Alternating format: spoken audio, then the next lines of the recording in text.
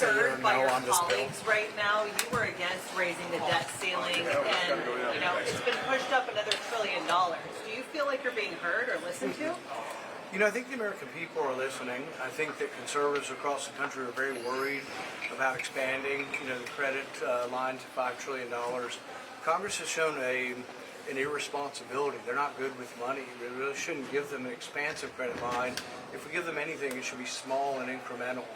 My proposal is that we would expand the credit line for 3 months and check and see how they're behaving. Are they spending the money more wisely? Are they conserving the money?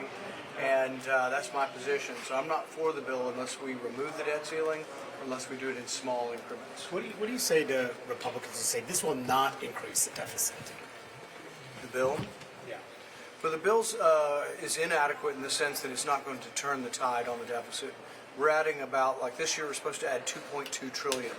Let's say you believed all the cuts, which I don't necessarily believe they'll come into fruition, but that'd be $150 billion a year. So that means the deficit this year, instead of being $2.2 trillion, would be $2.05 trillion. It'd still be an enormous amount of debt. So none of this is really shifting the accumulation of debt or interest. And even with that, I could vote for the bill to make the tax cuts permanent. I think it's good for the economy, but I can't vote to add $5 trillion. At the point Republicans vote unanimously or virtually unanimously for the debt ceiling, they own the debt. They already own the spending. In March, they used to call them, remember they called them the Biden spending levels? They're now the GOP spending levels, minus me. I didn't vote for them in March, but the spending levels are now Republican. The debt ceiling is a Republican. So it's a little hard for Republicans. They think it'll hurt them in the election to be hardcore. I think it hurts them in the election to be weak, because we roll around to 2026 elections, what are they going to say? Oh, Democrats, they're for borrow and spend. That's what we always have said, and it's true.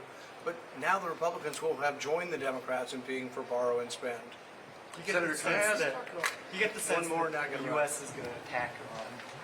I hope not. I think the lingering chance for diplomacy comes from restraint. The president has shown restraint in the past. The president's instincts are good, and I'm hoping the president will not get involved with the war. I think if the United States actively bombs Tehran, the possibility of negotiation goes out the window. The president just moments ago posted on